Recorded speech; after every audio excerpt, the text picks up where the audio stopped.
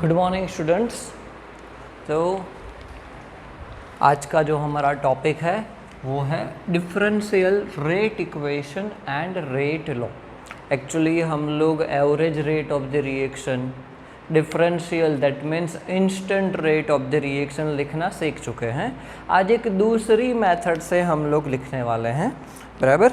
चलो सबसे पहले क्या करते हैं कि उसके अंदर अपना एक इक्वेशन लिखते हैं, रिएक्शन लिख रहे हैं कि A mole A reacts with B mole B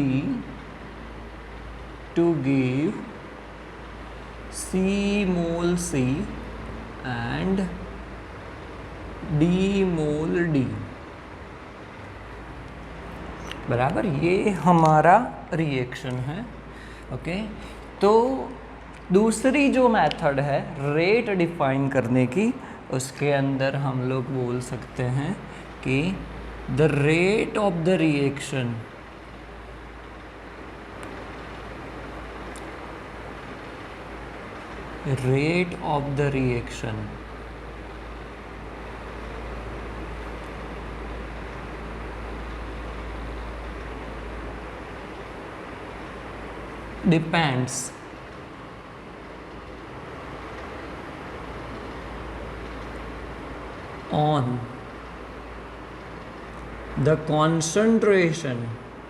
depends on the concentration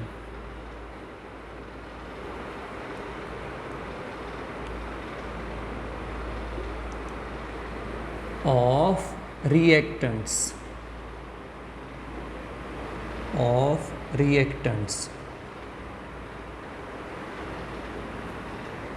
The rate of the reaction depends on the concentration of reactants. Okay, तो हम लोग बोल सकते हैं कि if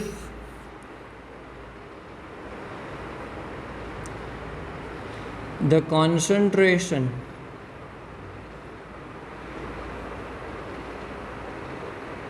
of reactants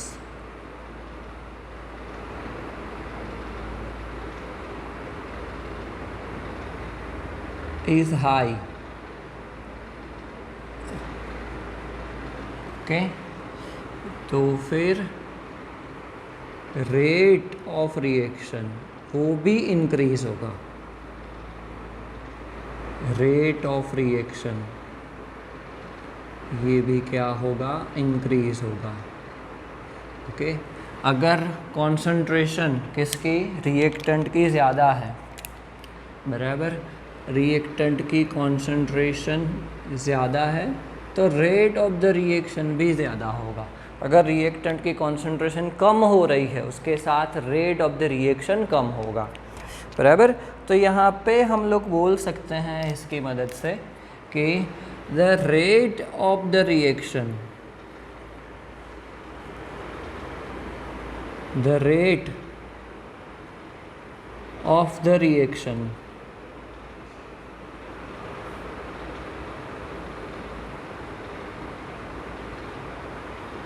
is directly proportional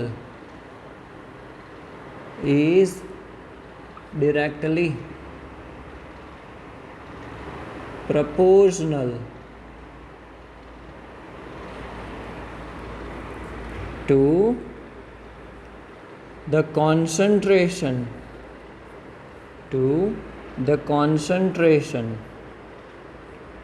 of reactants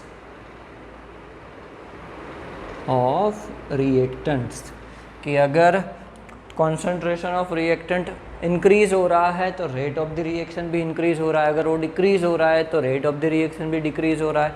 तो हम इसकी मदद से कह सकते हैं कि the concentration of the reactants और the rate of the reactions are directly proportional to each other, बराबर। तो हम लोग यहाँ पे बोल सकते हैं कि the rate of the reaction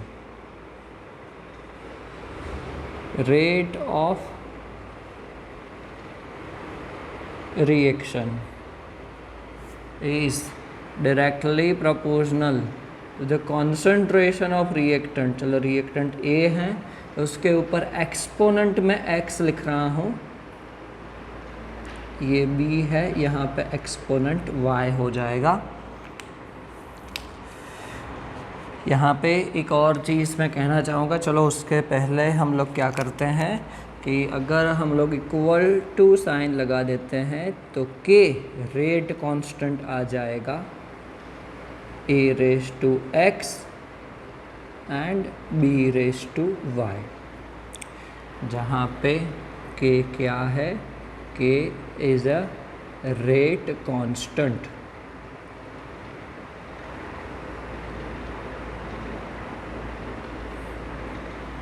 बराबर, k क्या है, तो k है रेट कांस्टेंट। ओके, बेसिकली यहाँ पे हम लोग ऐसा लिख सकते हैं कि x and y may or may not be equal to, here x and y may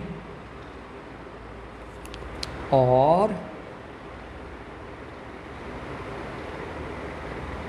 may not be equal to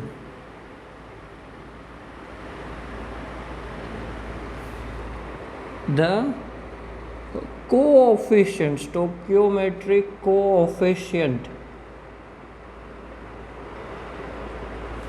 of the reactant, of the reactants। बराबर, कि ऐसा ज़रूरी नहीं है कि यहाँ पे a कोएफिशिएंट है, b कोएफिशिएंट है, तो यहाँ पे x एंड y की वैल्यू भी क्या होगी, सेम होगी। वो सेम भी हो सकती है एंड डिफरेंट भी हो सकती है। बराबर, तो एक्चुअली वो किसके ऊपर डिपेंड करेगा, तो हम लोग लिख सकते हैं कि the value of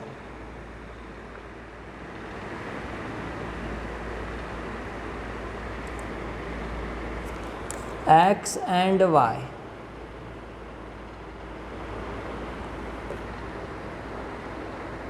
depend on the chemical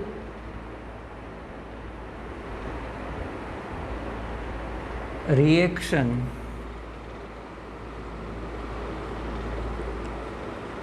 and its mechanism।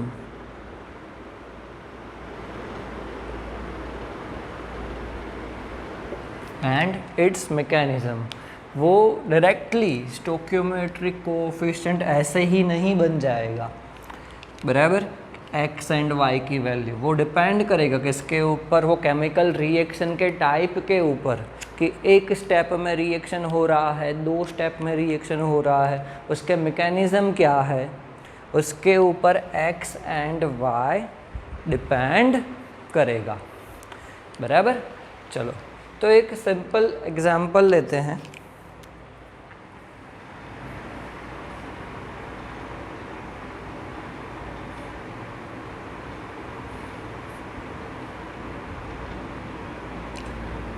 Nitrogen oxide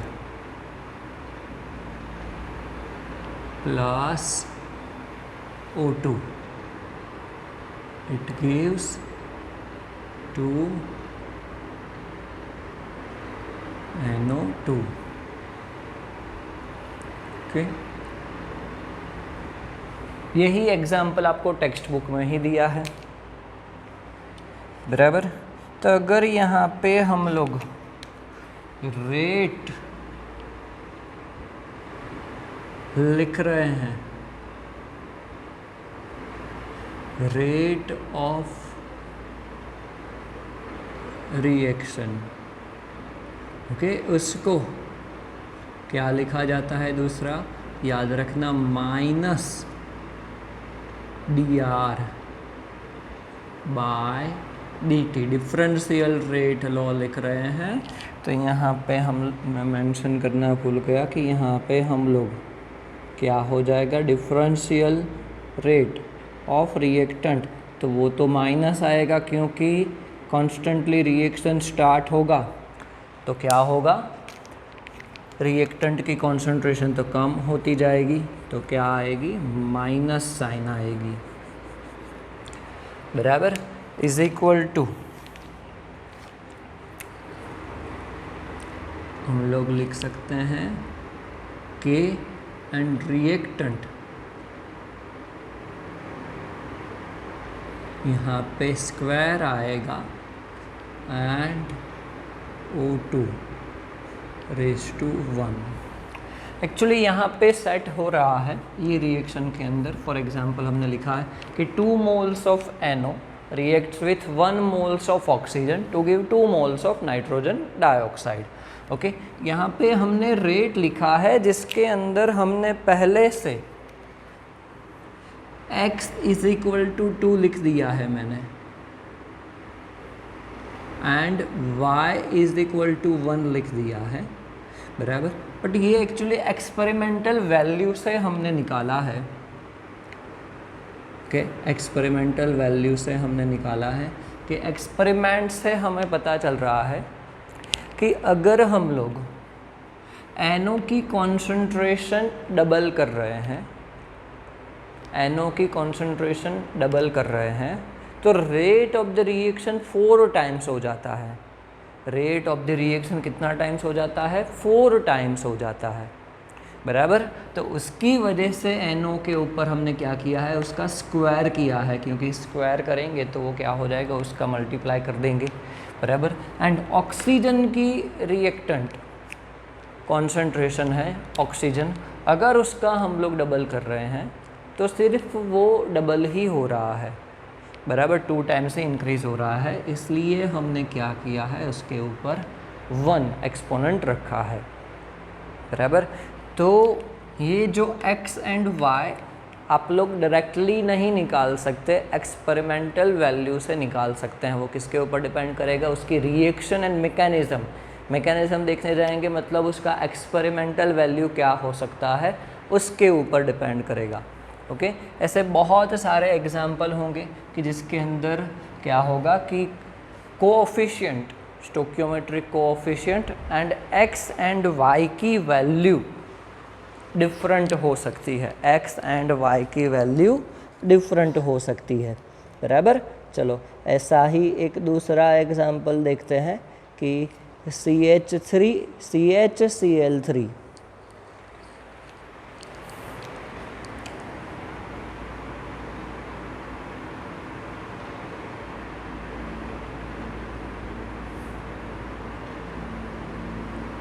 CHCl3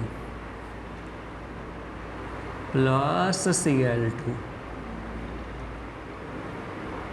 it gives CCl4 plus HCl, okay.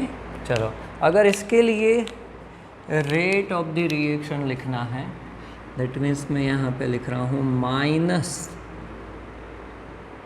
dR/dt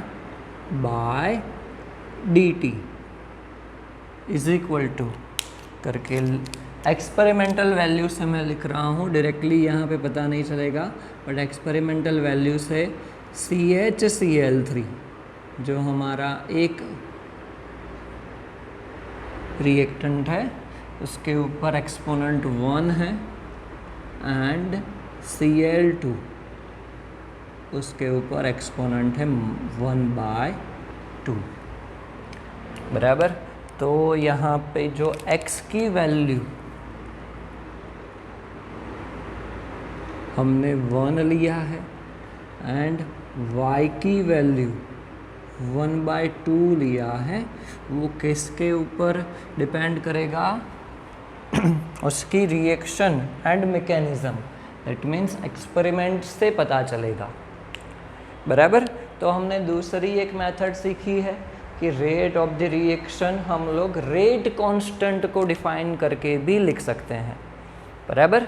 तो यहाँ तक रखते हैं आज, rate constant and differential rate equation, okay.